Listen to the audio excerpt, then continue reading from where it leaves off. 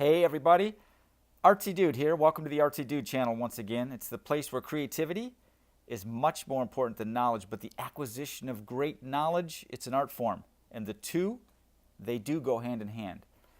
It's been a couple of weeks since I've been out here on the YouTube airwaves, so I've missed it. I've been busy creating and doing some fun stuff. And I've been watching a lot of banter back and forth, a lot of discussion with regard to Corey Goode, the trademarking of secret space program, SSP, and other infringements that he assumes that everybody is going to make on his artwork or his storyline, as it were.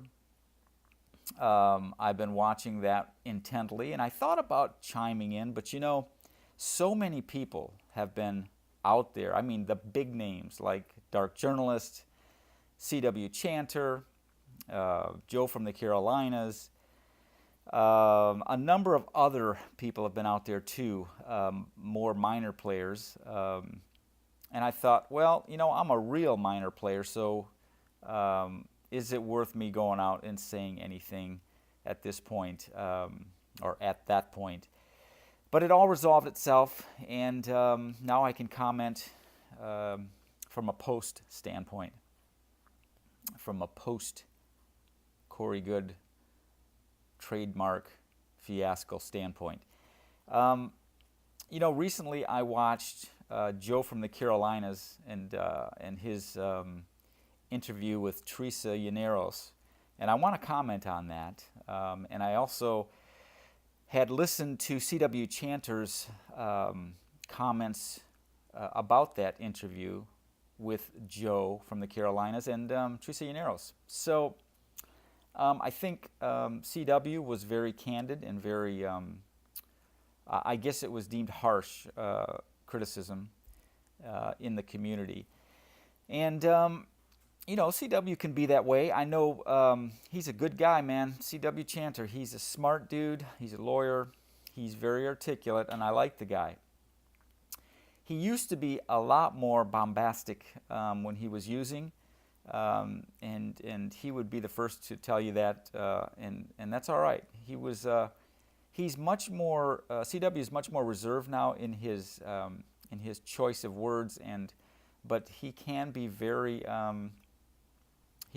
direct, and that's a good thing. So I did not see his full critique of Joe from the Carolinas, but I did see Joe's interview with Teresa, and I would say this. You know, Joe is a very polite guy. I mean, before, when he was first starting out his channel, he was really direct, man. He had his Post-its in front of him. He would do his Post-its thing, you know, and he'd be reading off those Post-its, and he was pretty direct and blunt with regard to Corey Goode and the secret space program. And I thought he kind of softballed it. I mean, this is, again, just from an observation. I thought he kind of softballed it. Now, I get it that he was trying to be respectful. I really get that, and I love that about Joe. He was being very respectful, and I'm just making observations here. I thought he softballed a lot of it. I thought Teresa Yanaros, although she was very contrite further in within the interview, she seemed to contradict herself a few times, and she seemed to put forth some terminology that was very new agey or hard to follow, I guess you might say. So I think Teresa Yanaros, I mean, everybody can flip and flop and flip-flop. Politicians do it. We all do it. You know, we grow up thinking one thing, and I'll use me as an example. I grew up in a strict Catholic household. I have a brother who's a Catholic priest. I have another brother who's a Jesuit. And so I know the Catholic doctrine. I know the Vatican's ideology. I know it very well, inside and out. I grew up thinking there was one way to think. You know, I was taught one way to think. And as I got older, everything was, when I was younger, was black and white. You know, it was either good or bad, black and white, right or wrong. And as I've gotten older, and interacted with numerous people professionally, personally, in various professions. I found that it's really, life is many shades of gray. I mean, it goes from 5% white to 100% black, and anything in between that. So Teresa, I think, there's nothing wrong with her flip-flopping, I'm trying to say here. If she is trying to distance herself from Corey Goode, understandable.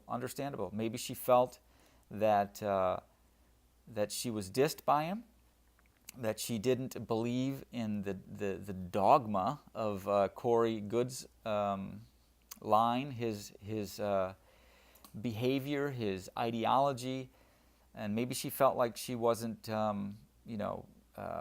able to do the job that she agreed to do. Now, it was weird when she said that she didn't really do the research on the secret space program or anything, but yet she took the position with the company, Sphere Being Alliance, SBA. And that's kind of weird. You don't normally take a job if you don't know the background of the job. But okay, it's a small circle. It's a rather mediocre size genre, so I get it. In terms of those particular circles, her circles, there's a few players in there, and so she probably took the position, as I probably would have. I'd take the position. If somebody offered to me, there was some chance to make some money and some notoriety, possibly, but I would certainly know the background of the people I'm getting involved with. You know what I mean? And so she seemed disingenuous in that regard. But it's not to say that she couldn't, felt like she was just dealt the wrong cards, or she just wasn't playing in the right poker game for her, and she wanted to step away from it and distance herself. And that's a good thing. You could do that. You can flip-flop. I get that. Perhaps she isn't talking very much or very,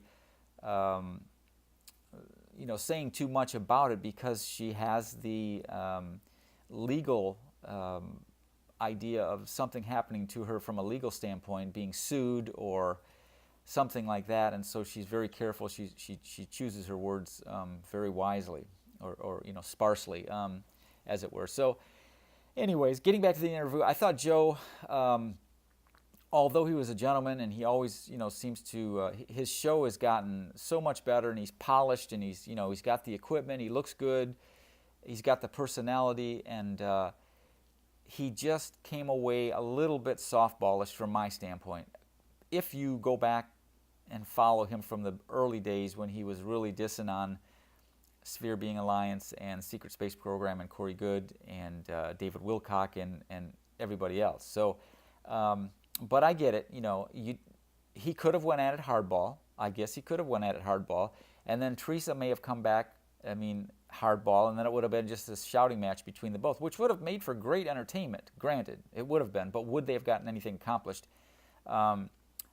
Somebody commented on Joe's channel that it seemed to be a love fest between them. They seemed to like each other. I got that feeling too, that they really deep down appreciated each other's show and what they've been doing, and that they kind of liked each other. That's the feeling I got. Again, from an outside observation standpoint, that's the feeling I got. So whatever it's worth. Like I said, in my case, I'm so small. I got a few subscribers that watch me, and God knows, I don't know even why they watch me, because I'm kind of a crazy artist, and I ramble on about things. So anyways, that's my take. I think Joe, you could have went at it a little harder, but I get it, that what would it have accomplished? And if you looked at another commenter in Joe's video was something to do with, I wonder what would happen if a body language expert took a look at Teresa Yanaros' body language. And I got that feeling too. The way she was sort of hunched over, she just seemed like it was uncomfortable, and I'm sure it was, because I got to give her balls. She's got the balls. She came on Joe's show, a guy who really dissed her and really said his true colors against Sphere Being Alliance and Teresa Yanaros and Corey Goode and David Wilcock and all those people.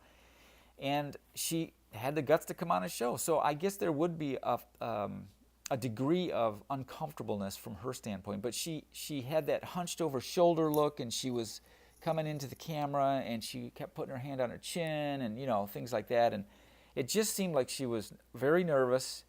But maybe it was because she had to watch her words, mince her words. She had to be very careful legally. But she did have a weird sort of body vibe that she gave off. It didn't seem like the normal Teresa Yanaros that you see, who's real bubbly, and at least in the ones that the shows that I've seen of her. And I will say this to her credit too. Let me throw this in there real quick before I jet out of here. Teresa, everybody does look at her, I think, from the standpoint of what she used to do. She was one of Corey's kids, and she interviewed Corey a number of times, and she interviewed Corey's wife. And, everybody looks at those old videos, those YouTube videos, and they sort of peg her. She's kind of been pegged in that particular corner.